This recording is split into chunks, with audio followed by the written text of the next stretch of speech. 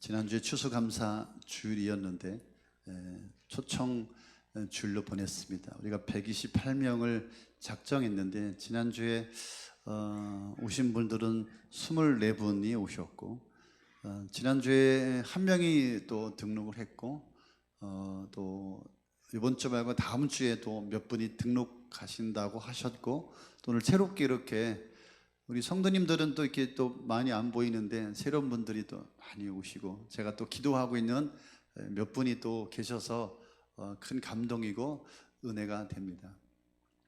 지난주에 추수감사 주일이었는데 혹시 한 영혼 초청 주일을 보내면서 감사를 정확하게 혹시 하지 못한 것은 아닌가, 오늘 다시 한번 감사절에 대한 말씀을 전하면 좋겠다, 이런 마음이 들었습니다. 우리가 신앙생활하면서 인생을 살아가면서 이 감사를 놓치면, 감사가 없으면 여러분 너무 힘들거든요. 여러분, 그래서 가장 무엇보다도 먼저 중요한 것이 우리의 감사가 회복되어야 할 줄로 믿습니다. 감사하는 말, 감사하는 마음, 감사하는 생각, 감사하는 삶이 반드시 있어야 할 줄로 믿습니다. 예수님께서 이 땅에 사역하시는 동안에 많은 사람들이 예수님을 만났고 예수님 때문에 하나님의 은혜와 사랑을 경험한 사람들이 있었습니다.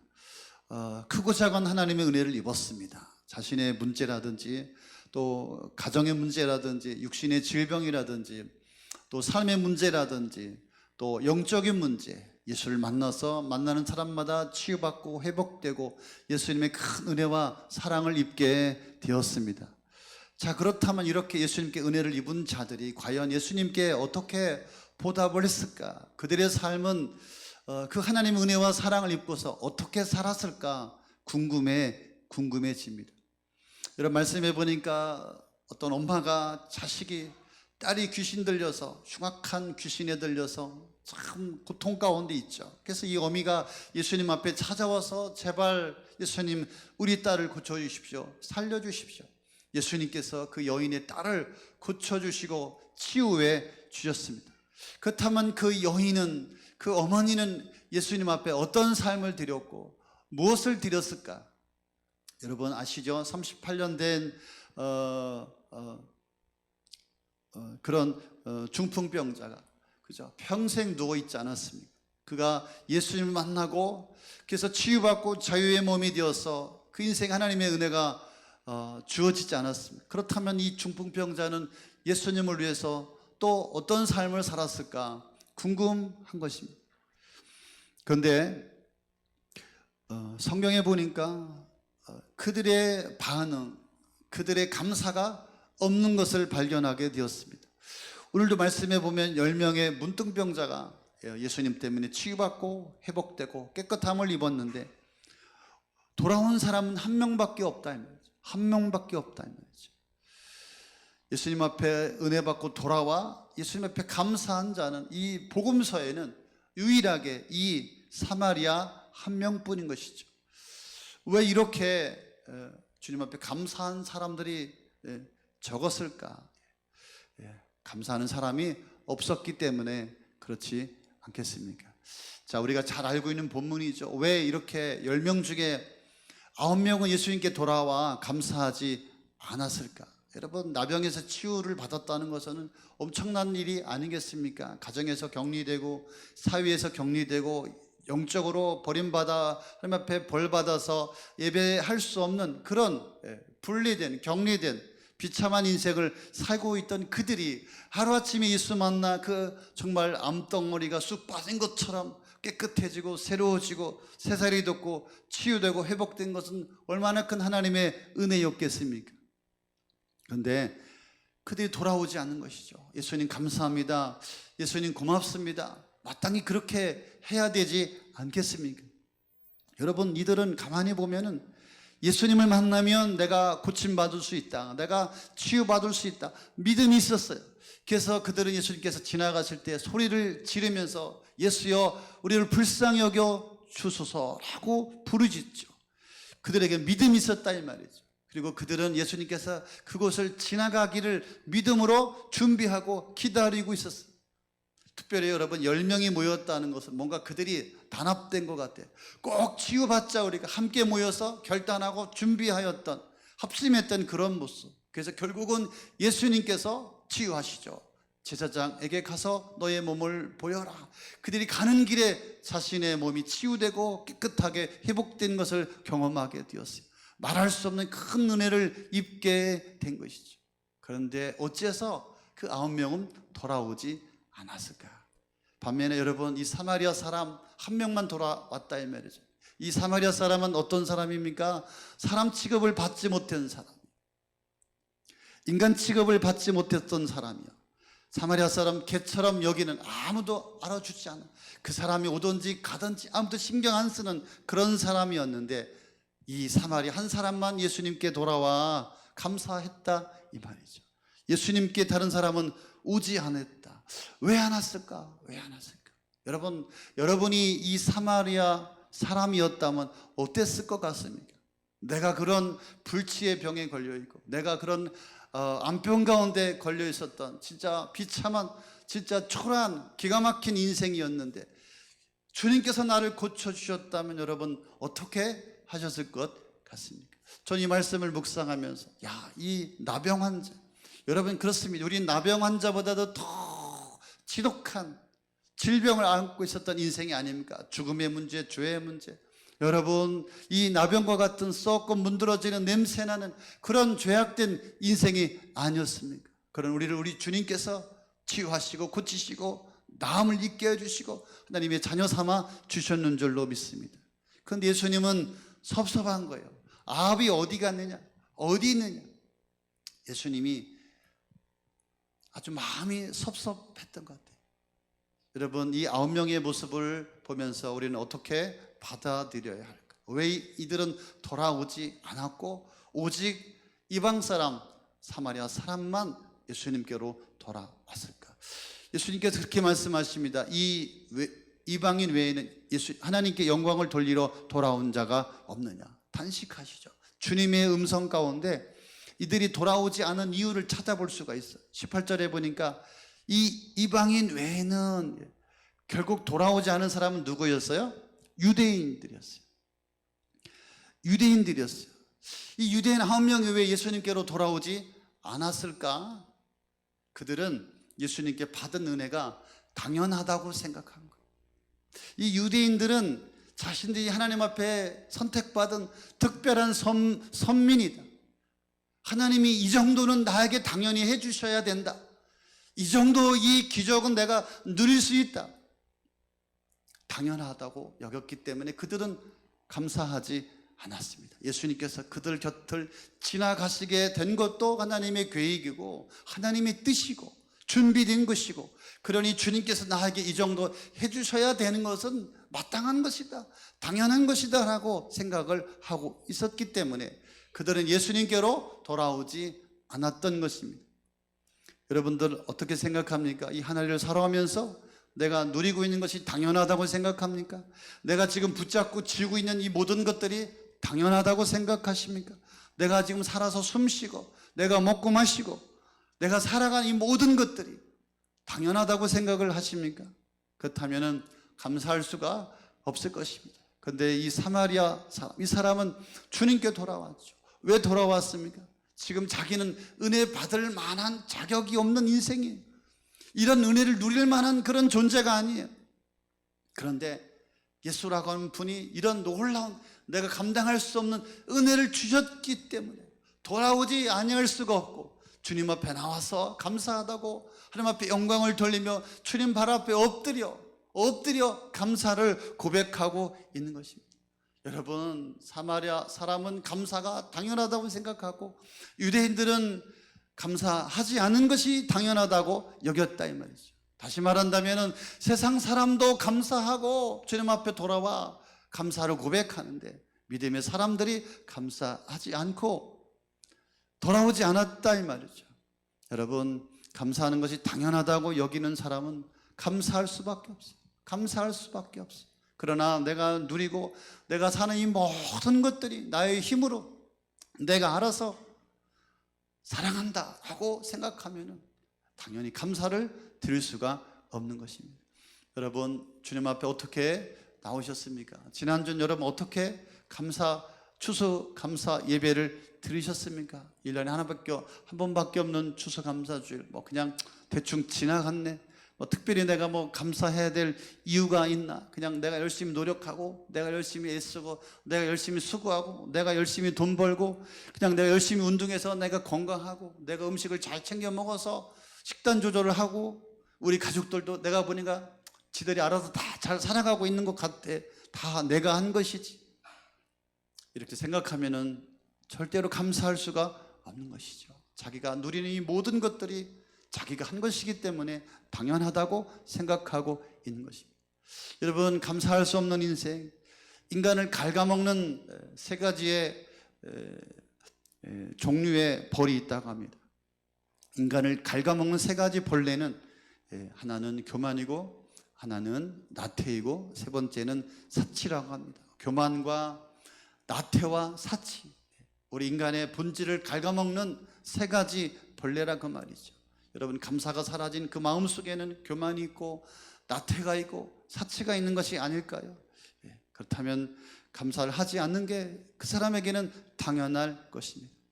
자, 감사는 무엇일까요? 오늘 15절 말씀해 보니까 여러분, 감사는 예수님께로 돌아오는 것입니다. 여러분, 나에게 은혜를 주신 하나님께로 돌아오는 것이 감사인 줄로 믿습니다.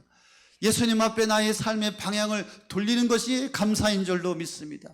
이것이 진정한 감사인 줄로 믿으시기를 바랍니다. 여러분, 부모가 감사하죠. 부모가 감사하면 부모에게로 돌아와야 됩니다. 여러분, 스승이 감사합니까? 선생님이 감사합니까? 그럼 스승을 향하여 방향을 돌려야 하는 것이죠. 누군가 내 삶에 나에게 고마움을 주었다면, 여러분, 나에게 그런 고마움을, 은혜를 베풀었다면, 여러분, 그 사람에게로 돌아가는 것이 감사입니다. 여러분, 나에게 하나님께서 은혜를 주셨다면, 주님께서 나에게 은혜를 주셨다면 그분에게 나의 삶의 방향을 돌리는 것, 그분에게 돌아가는 것이 바로 감사인 줄로 믿습니다. 여러분, 내가 하나님의 은혜를 입었는데, 예수님의 은혜를 입었는데, 여러분, 내가 감사하지 않고 다른 곳에 가서 감사한다면, 나에게 주신 그 은혜를 내가 누리면서도 그 은혜의 값을 내가 다른 곳에 가서 여러분 그 에너지를 쓴다면, 여러분, 이것이 신앙인입니까? 이것이 믿음의 사람입니까? 그래서 저는 오늘 말씀을 통하여 진정한 감사가 회복되어지고 예수님께로 돌아오는 그런 은혜가 있기를 간절히 축원합니다. 여러분, 15절 16절에 보니까 감사를 하는 방법은 여러 가지가 있습니다. 오늘 이 사마리아는 어떻게 감사합니까? 예수님께 다시 돌아와서 그 앞에 엎드려 감사했어요. 너무너무 감사해요. 그래서 그는 직접 찾아와 예수님 앞에 감사하죠. 발 앞에 엎드리고 그의 입술로, 그의 몸으로, 그의 행동으로 주님 앞에 감사를 합니다. 여러분, 우리가 가끔 살면서 그런 때가 있지 않습니까? 누군가 내게 고마워해야 되는데 나에게 오지 않는 거예요. 나한테 와서 감사하다고 이야기해야 되는데 돌아오지 않을 때 여러분 섭섭하죠. 그런 감정이 아마 여러분 가운데 있지 않을까 싶어요. 저도 목회하면서 이 인간이 감사해야 되는데 절대 감사하지 않아요. 오히려 감사하는커녕 오히려 배신하고 떠나갈 때 그 섭섭함, 그런 배신, 상처가 큽니다. 그래서 예수님도 얼마나 섭섭하셨을까? 이런 마음, 이런 생각을 우리가 해볼 필요가 있는 것이죠. 여러분, 유일하게 이 사마리아 한 명이 예수님께로 돌아와 감사를 했다는 말이죠. 여러분, 감사하는 방법은 또 누가복음 7장에 가보면 하나님 앞에, 예수님 앞에 큰 은혜를 입은 한 여인이 나옵니다. 여러분, 이 여인은 자기가 갖고 있는 향유 옥합을 깨뜨려서 예수님 앞에 드렸습니다. 300데나리온, 지금으로 따지면 3천만 원, 4천만 원, 1년의 연봉입니다. 아니, 이 여인은 1년 동안 모은 게 아니에요. 시집가기 위해서 아마 평생 모았을 수도 있어요.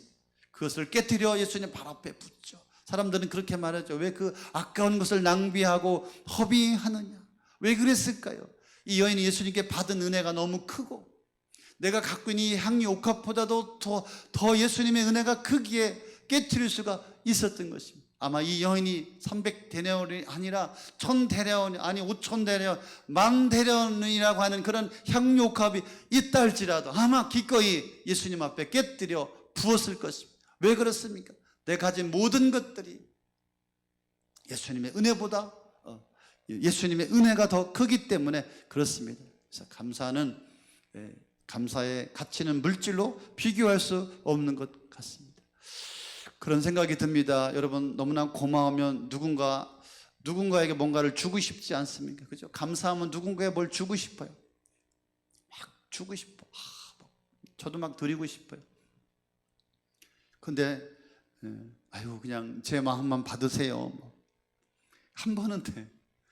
두 번째도 제 마음만 받으세요. 세 번째도 마음만 받으세요. 그 사람이 돌아가면서 뭐라고 욕할까요? 말은 하지 않지만 아마 속에서 욕이 나오지 않을까 싶어요. 우리 부모님도 마찬가지. 어머니 아버지 고마워요, 감사해요. 근데 그게 한 번, 두 번, 세 번, 아니 뭐 그냥 과일이라도 사다 드리고 양말대기라도 사드리고 추운 겨울이니까 내복이라도 사드려야지, 말만 그냥 맨날 고맙고 감사해야 돼. 진짜 그게 감사한 걸까요?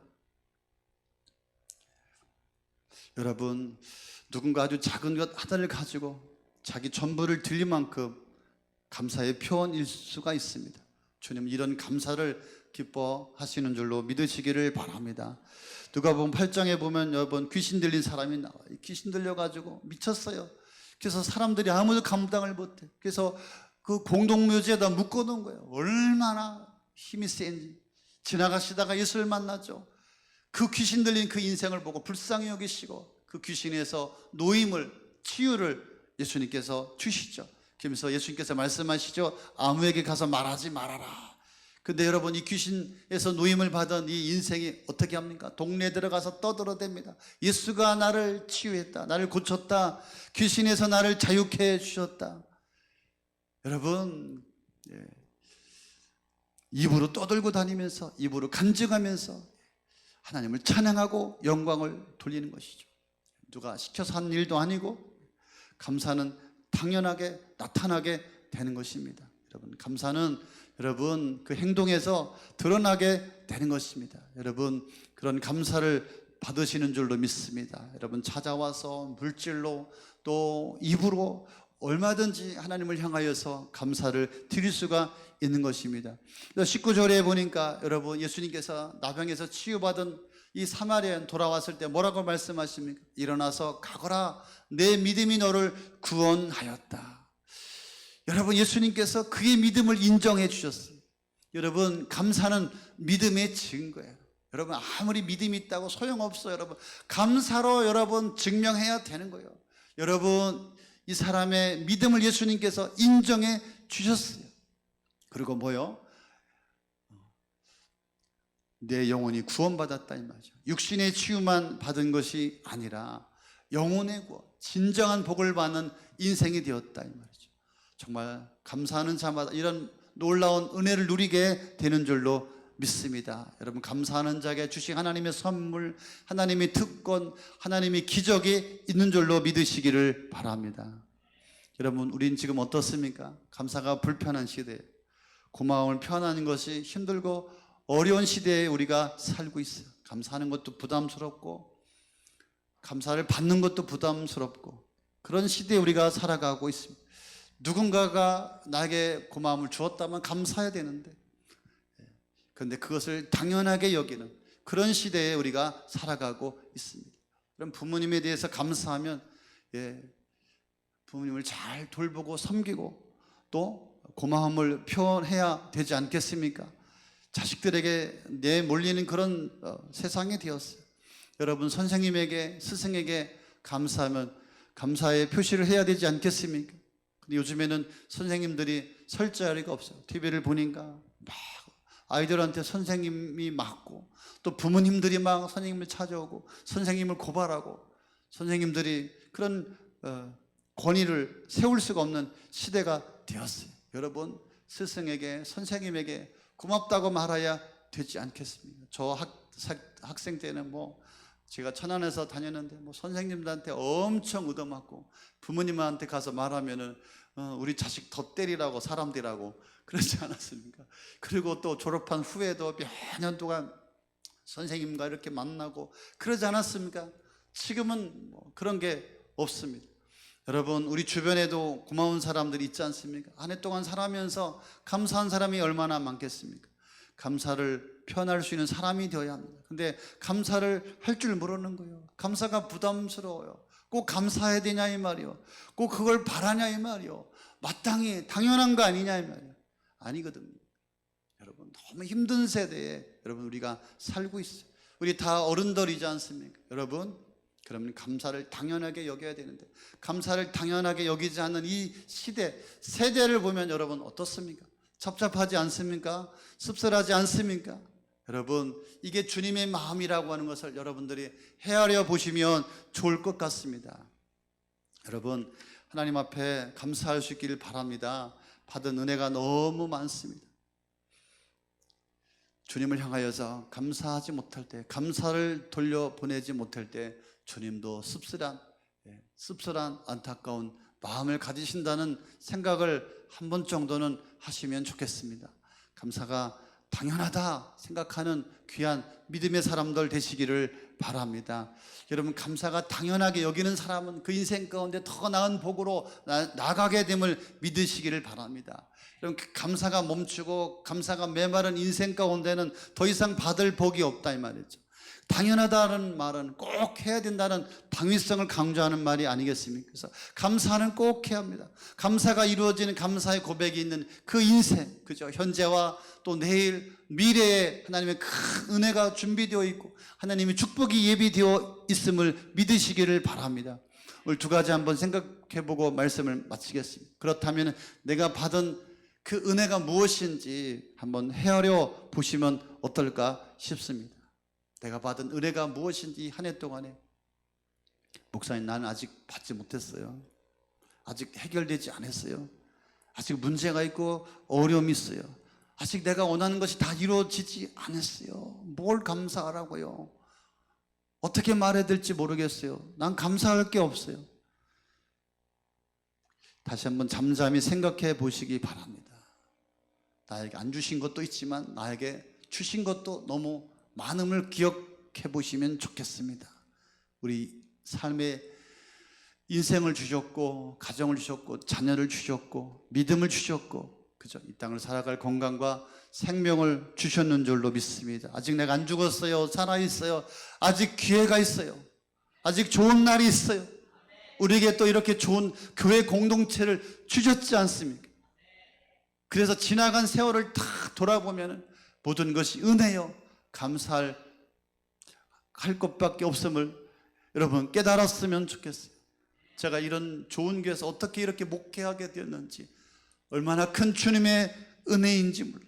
물론 저의 삶에, 물론 여러분의 삶에 지금 어려움이 있을 거예요. 문제가 있을 거예요. 그러나 우리에게 준 은혜가 더 큼을 여러분 기억했으면 좋겠습니다. 주님이 저보고 그만하라고 하면 좀 그만해야 돼요.